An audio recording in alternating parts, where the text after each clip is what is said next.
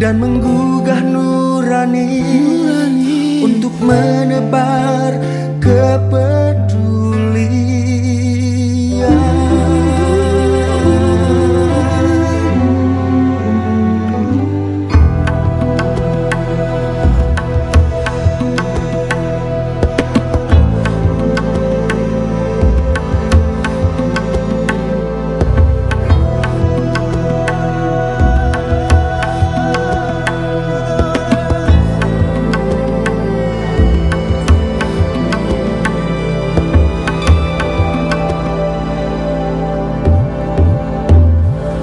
Tak satu pun orang bisa menjamin dirinya.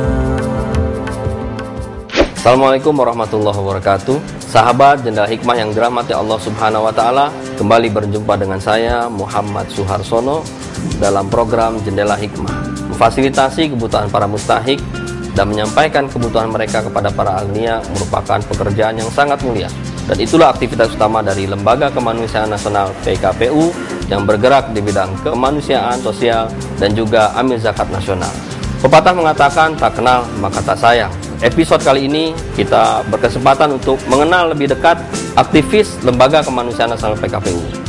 Saat ini saya sudah berada di salah satu kantor PKPU, kantor Direktorat Penghimpunan PKPU yang berada di kawasan Duren 3. Mari kita langsung melihat aktivitas mereka.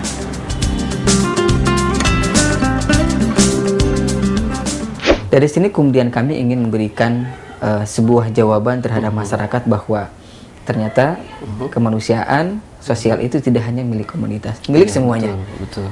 Siapapun, tidak mengenal warna, tidak mengenal ras.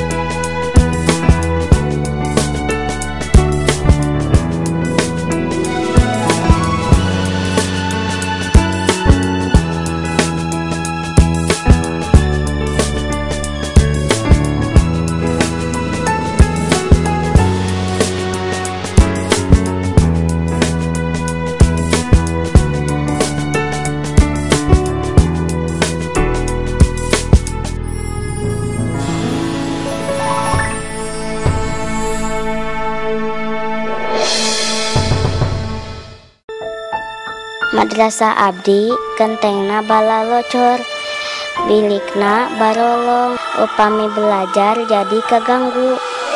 Ayeuna sumping bantuan, abdi sadaya ngiring ngabantos, ngabangun madrasah.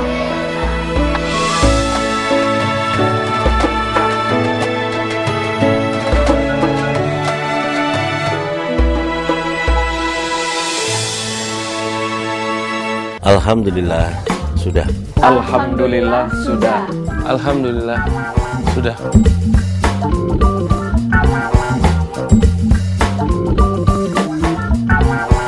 Alhamdulillah sudah. Penghasilan yang Anda terima, tabungan, deposito yang Anda simpan, perhiasan, perniagaan, investasi adalah harta Anda yang harus dijakati. Harta yang kita miliki ada bagian untuk orang yang membutuhkan. Salurkan zakat Anda melalui lembaga terpercaya PKPU.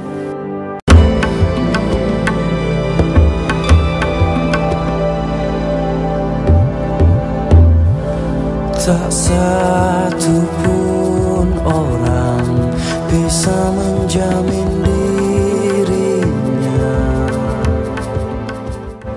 Corporate Social Responsibility, teman-teman yang bergerak, yang memfasilitasi para perusahaan untuk menyampaikan kebutuhan para alnia. Mari kita langsung ke lokasi. Assalamualaikum.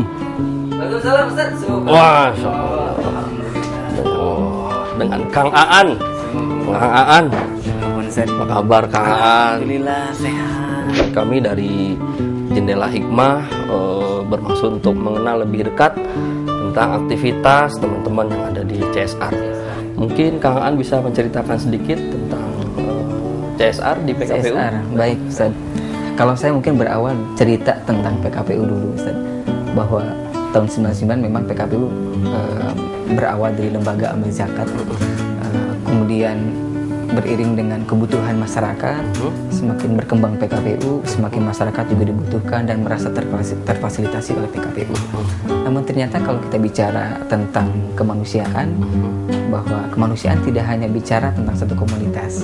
Tentunya juga harus banyak pihak yang mereka akan mendapatkan merasakan manfaat itu. Iya, betul. Melihat dari situ, alhamdulillah PKPU juga terus berkembang, mendapatkan SK dari Orsosnas, sampai kemudian mendapatkan SK terregister di PBB sebagai lembaga konsultan. Dari situ kemudian PKPU semakin berpikir kira-kira apa yang bisa kita lakukan agar kebutuhan masyarakat ini semakin terfasilitasi dengan baik dan kepentingan-kepentingan terhadap itu juga semakin bisa terakomodir. Dari situ maka keluar muncul CSR Manajemen. 2010 CSR Manajemen lahir. Betul. Dari sini kemudian kami ingin memberikan sebuah jawaban terhadap masyarakat bahwa ternyata kemanusiaan sosial itu tidak hanya milik komunitas, milik semuanya. Siapapun, tidak mengenal warna, tidak mengenal ras, tidak mengenal agama dan sebagainya. Setiap orang dia butuh kasih sayang terkait dengan kemanusiaan itu. PKPU hadir di situ. Terus yang kedua Kang An, kalau boleh tahu ya, mungkin cerita tentang fungsi CSR di PKPU itu seperti apa? CSR ini berfungsi sebagai konsultan sebetulnya. Yang kedua fungsi implementasi. Implementasi ini lebih kepada kita menyiapkan seluruh resource-nya. Kalau mereka minta, donor driven ini memberikan permintaan program terkait dengan kebutuhan sosial, PKPU menyediakan resource-nya, ada SDM-nya, ada pelengkapan yang dibutuhkan di situ, sampai teknis PKPU memfasilitasinya, sampai kemudian mereka merasa terbantu, dana-dana sosialnya teroptimalkan di masyarakat. Kalau misalnya ada perusahaan yang berminat untuk bergabung atau bekerja sama dengan PKPU, kira-kira ada persyaratan khusus atau gimana caranya? Kalau persyaratan khusus sih tidak ada, Ustaz ya. Kalau PKPU ini diwakili CSR Manajemen ini kan fungsinya sebetulnya kita sebagai fasilitator, memfasilitasi kebutuhan masyarakat dengan kepentingan perusahaan. Bisa langsung menghubungi PKPU, dalam hal ini CSR Manajemen, bisa juga nanti kami juga datang langsung ke perusahaan terkait ketika mereka membutuhkan penjelasan terkait dengan program apa yang terkini yang perlu dioptimalkan di tahun ini misalkan. Atau mereka punya gagasan, punya ide, tetapi mereka belum bisa mengoptimalkan dalam bentuk kreatifnya atau implementasinya seperti apa. Nah, kami hadir untuk bisa membantu, memudahkan, memecahkan kebutuhan mereka untuk umat. Donatur atau perusahaan yang sudah berjalan bekerja sama dengan PKPU, merawatnya ini seperti apa nih Kang? Baik, memang perawatan ini cukup penting Ustaz.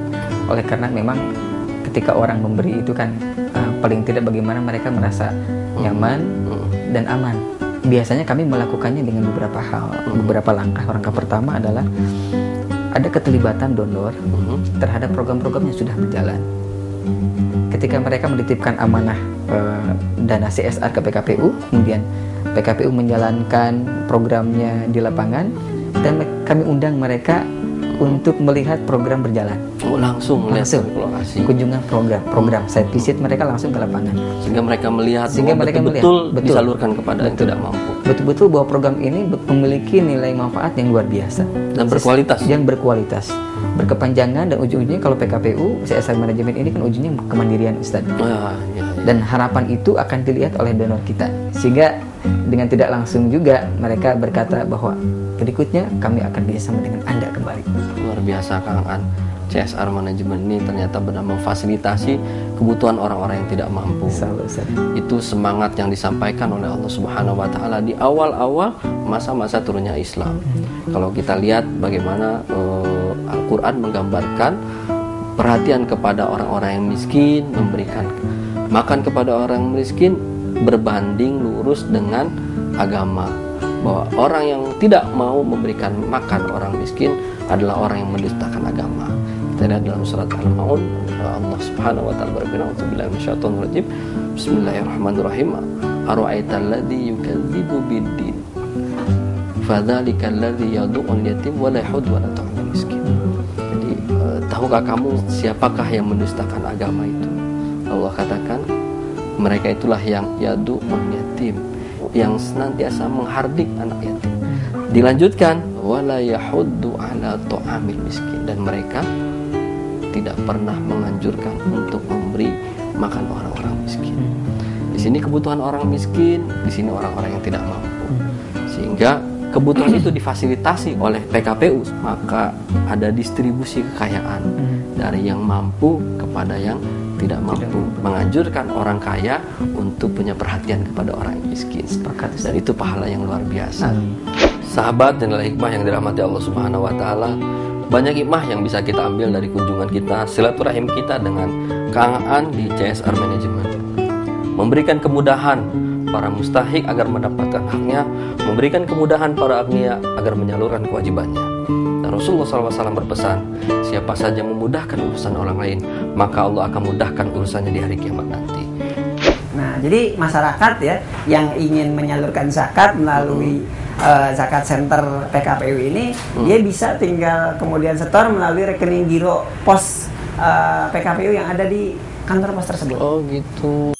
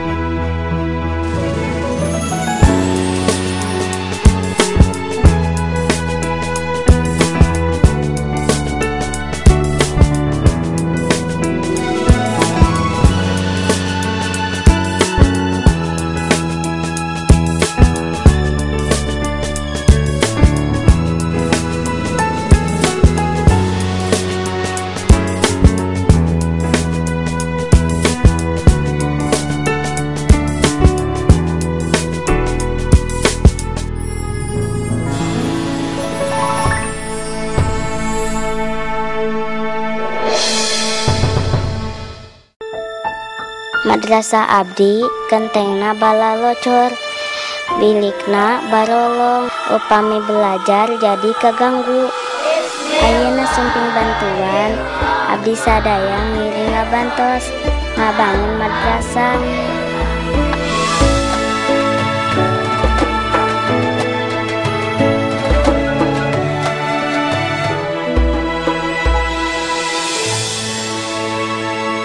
Alhamdulillah sudah. Alhamdulillah sudah. Alhamdulillah sudah.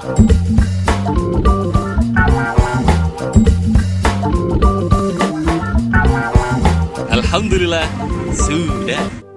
Penghasilan yang Anda terima, tabungan, deposito yang Anda simpan, perhiasan, perniagaan, investasi adalah harta Anda yang harus dijakati. Harta yang kita miliki ada bagian untuk orang yang membutuhkan. Salurkan zakat Anda melalui lembaga terpercaya PKPU.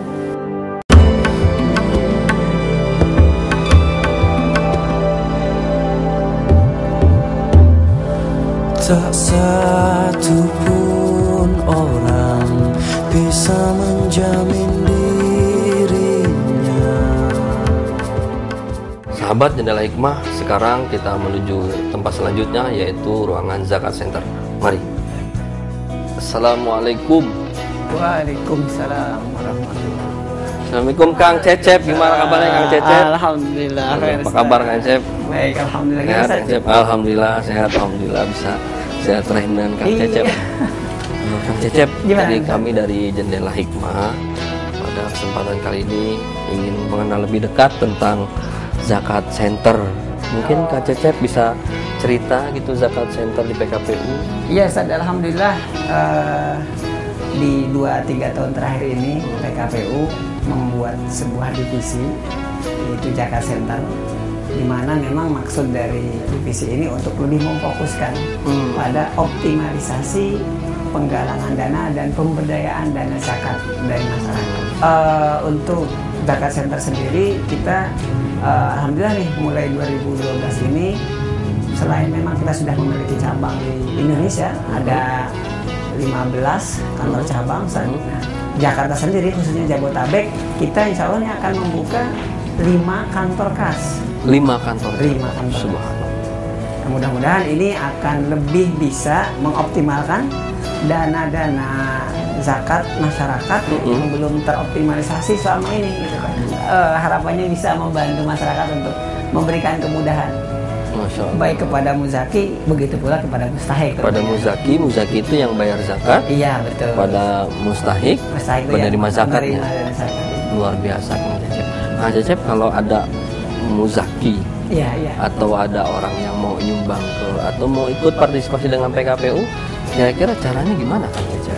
Sekarang lebih mudah, Ustaz. Ada banyak sarana yang bisa kita buat selain kita kantor kas yang kita dekatkan dengan masyarakat. Kantor kas mendekatkan masyarakat. Iya, betul. Kita juga punya sarana SDM kita, amil-amil kita yang insya Allah siap sedia gitu kan, menjemput salah satunya. Manakala muzaki kita membutuhkan untuk dijemput karena keterbatasan waktu mereka. Jadi amil kita siap datang baik ke rumahnya maupun juga ke kantor atau tempat dia kerja begitu, sehingga lebih mudah bagi muzaki. Jadi dengan dijemput. Dengan dijemput. Nah, dengan cara lain mungkin ada? Iya, dijemput. Selain dengan dijemput, kita memang sudah lama membuka pelayanan transfer via rekening bank. Oke, transfer ya? Iya, bisa. Jadi bisa via ATM. Ada juga kita melalui kantor pos. Oh, kantor pos, ada lagi kantor pos. Betul. Jadi sejak 2007 kita sudah membuka pembayaran zakat via kantor pos. Nah, jadi masyarakat ya yang ingin menyalurkan zakat melalui zakat center PKPU ini, dia bisa tinggal kemudian setor melalui rekening giro pos PKPU yang ada di kantor pos tersebut. Oh gitu. Kang Cecep, kalau boleh tahu lagi, kira-kira kalau sudah dana dihimpun, disalurkannya kemana Kang Cecep? Walaupun masih 15 kantor cabang, bukan berarti bahwa kita menyalurkan hanya di 15 provinsi tersebut.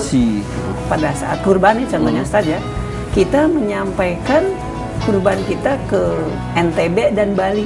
NTB dan Bali. Iya. Padahal di sana tidak ada kebetulan sampai saat ini kita belum membuka kantor cabang di sana. Tapi program sudah sampai ke Papua juga Kang Cecep. Alhamdulillah kita ada program peduli bencana nasional di Wasior misalnya ya. Oh iya. Jadi ada satu hadis Rasulullah Shallallahu Alaihi Wasallam dikutip oleh seorang ulama dalam kitab Al-Amwal, Abu Ubaid, mengatakan bahwa Rasulullah SAW bersabda, al-amilu ala shadaqati bil haqqi kalau ghazi fi sabilillah hatta yarji. Orang-orang yang amil ala shadaqah, orang-orang yang mengelola, yang memungut, mengambil, maksudnya dia punya kewenangan untuk mengambil ala shadaqati bil haqq, atas terhadap sedekah, zakat, infak, sedekah atas hak, tapi benar-benar kalau ghazi fi sabilillah, dia seperti orang yang berjalan di jalan Allah Subhanahu wa taala hatta yarji, sampai dia pulang. Masya Allah. Sehingga begitu mulianya, sehingga ketika Kang Cecep dengan teman-teman punya aktivitas, kemudian mengumpulkan, mau menyalurkan, ini merupakan aktivitas yang sama nilainya dengan berperang fisabilillah. Masya Allah. Sama dengan orang berjihad fisabilillah. Ini menjadi motivasi buat para amil zakat yang ada di PKPU untuk merasa berbangga. Karena amil bukan pekerjaan yang hina, justru sebaliknya amil zakat pekerjaan yang mulia. Mulia, betul Ustaz. Karena sama dengan berjihad fisabilillah. Sahabat hikmah yang dirahmati Allah Subhanahu wa taala, mudah-mudahan dengan pahala berjihad fisabilillah semakin menambah semangat bagi amil untuk lebih memudahkan para muzaki menyalurkan dananya dan memudahkan para mustahik untuk mendapatkan hak. Sahabat jendela hikmah yang dirahmati Allah Subhanahu wa taala, baru saja kita bersilaturahim dengan salah satu kantor PKPU di Direktorat Penghimpunan. Selanjutnya kita akan bersilaturahim dengan para aktivis PKPU yang lainnya, yaitu di kantor pendayagunaan yang berada di kawasan Condet. Mari ikuti saya.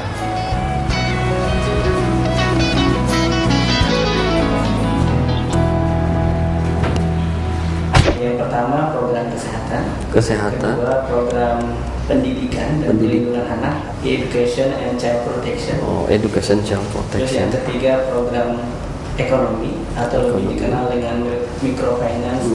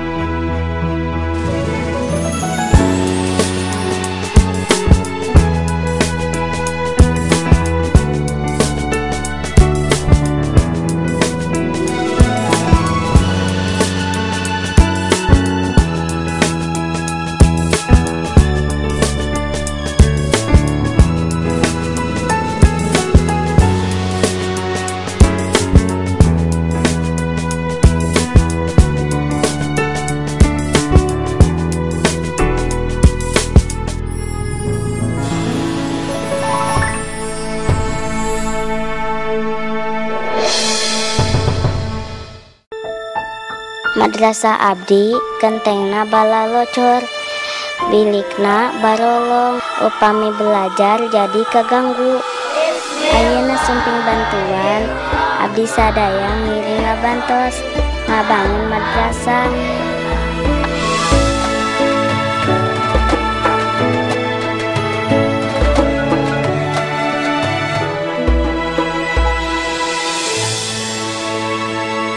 Alhamdulillah sudah. Alhamdulillah sudah. Alhamdulillah sudah.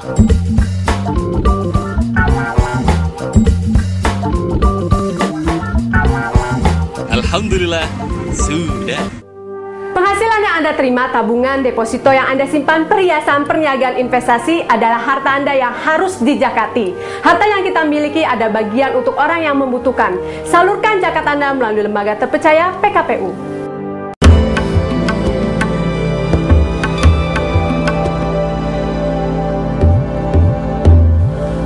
Tak satu pun orang bisa menjamin dirinya.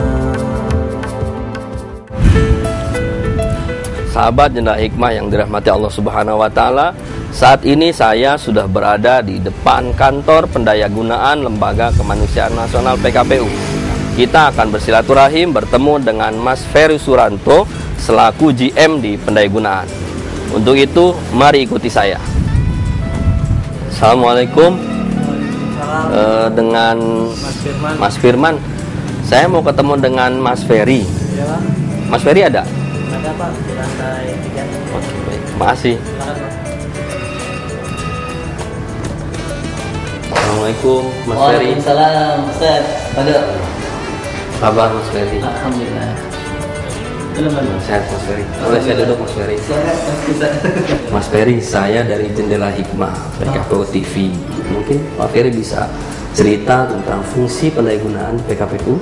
Kita di PKPU sebagai lembaga kemanusiaan nasional bertugas untuk menyalurkan amanah dari donatur, baik itu dana zakat, infak dan sedekah, maupun dana kemanusiaan dari perusahaan-perusahaan atau dari donatur yang terhormat untuk sampai kepada mustahik dan penerima manfaat. Kalau boleh tahu, kira-kira programnya apa saja itu di pendayagunaan Mas Ferry? Jadi program-program kita itu kita namakan sebagai cluster program.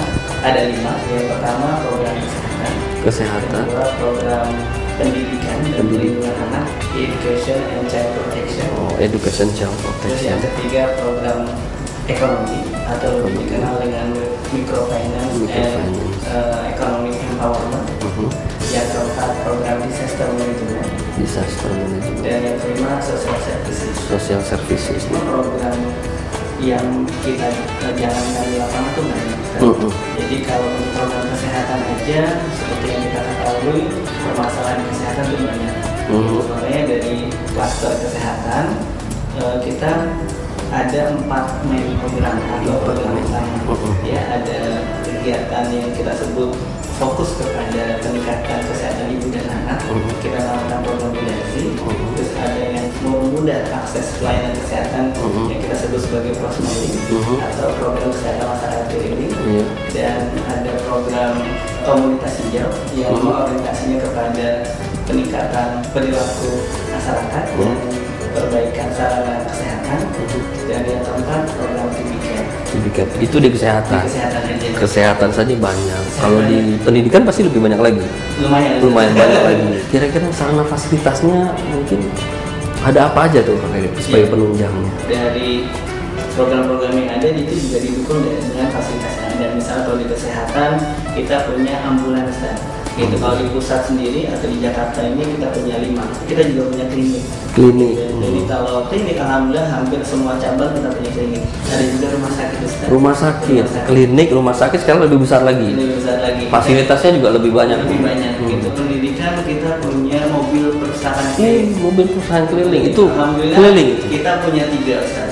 Satu di Jakarta dan alhamdulillah yang terbaru itu ada di Palembang. Ada juga bentuknya motor Ustaz. Motor perusahaan keliling. Berarti satu lagi saya tanya Pak Ferry.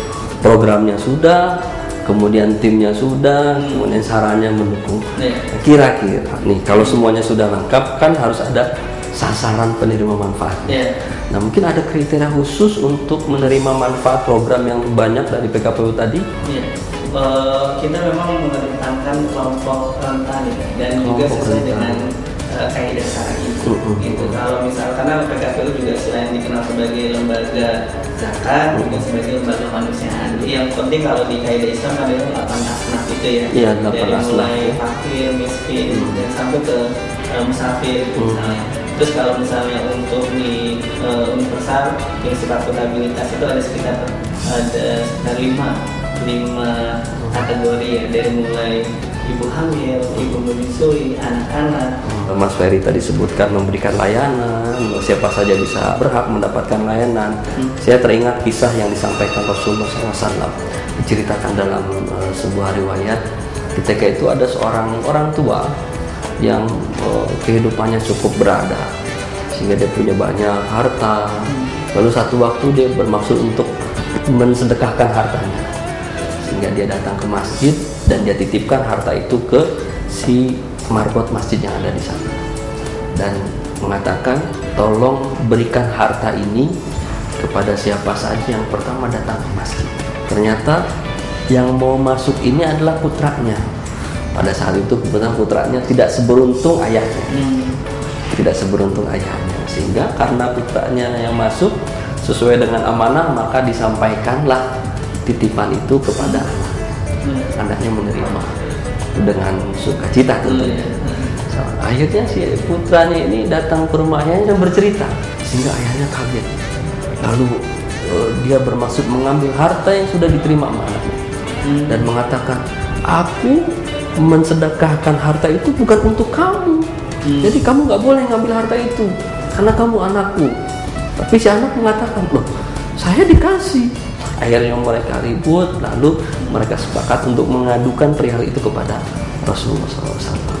Rasulullah mendengar cerita itu lantas tersenyum dan mengatakan kepada si ayahnya, wahai bapak, engkau sudah menunaikan, sudah melaksanakan apa yang memang menjadi kewajiban dan mendapatkan pahala dari itu. Dia bilang sama anaknya, wahai anak, kamu sudah mendapatkan apa yang menjadi hakmu. Mas Ferry, jadi kita bisa mengambil ibrah bahwa ada satu kaidah dalam pemberian, lebih baik salah dalam memberi daripada salah tidak memberi. Ketika ada orang yang salah memberi, oh ternyata sebenarnya dia itu mampu, tapi akhirnya dia mendapatkan bagian dari kita. Masalah dia bohong itu urusan dia, tapi kita sudah menunaikan apa yang sudah menjadi kodrat kita. Yang repot adalah ketika kita tidak memberi, ternyata dia sesungguhnya benar-benar membutuhkan. Karena kita lihat, enggak, kayaknya ini orang enggak membutuhkan, ini orang kayaknya mampu, akhirnya kita enggak ngasih, dan itu lebih parah. Sahabat Jendela Hikmah yang dirahmati Allah Subhanahu wa Ta'ala, dari obrolan saya dengan Mas Ferry GM, Direktorat Pendayagunaan di Lembaga Kemanusiaan Nasional PKPU, banyak hikmah yang bisa kita ambil dari dialog diskusi tadi. Mudah-mudahan Mas Ferry dan tim mendapatkan keberkahan dari Allah Subhanahu wa Ta'ala. Saya ucapkan terima kasih Mas Ferry, saya mohon pamit. Terima kasih sebelumnya Mas Ferry. Rasulullah SAW pernah bersabda dalam sebuah hadisnya, Inna lillahi silsilatan tazalu taglibiha marajilan nari Mudhu yawmin khalaqallahu jahannam illa yawmin tulqa fi a'naqin nas. Qad najanallahu fi nisbiha bi imanina billahil azim fahaddi ala tu'amil miskin ya Ummi Darda. Rasulullah SAW bersabda bahwa sesungguhnya Allah Subhanahu wa Ta'ala telah menciptakan silsilatan tazalu taglibiha marajilan nar, menciptakan sebuah periuk yang sangat besar yang Allah panaskan sejak Allah menciptakan neraka jahanam sampai Allah melemparkan manusia ke dalamnya. Fahaddi ala tu'amil miskin, maka banyak-banyaklah menganjurkan memberikan makan untuk orang-orang miskin ya Ummi Darda. Wasiat ini disampaikan oleh Rasulullah kepada Ummi Darda agar memperbanyak memberikan atau menganjurkan untuk menyantuni orang-orang yang miskin, memberikan makan orang-orang miskin. Demikian episode kali ini, mudah-mudahan ada manfaatnya buat kita semua. Terima kasih. Assalamualaikum warahmatullahi wabarakatuh. Dan menggugah nurani untuk menebar kepada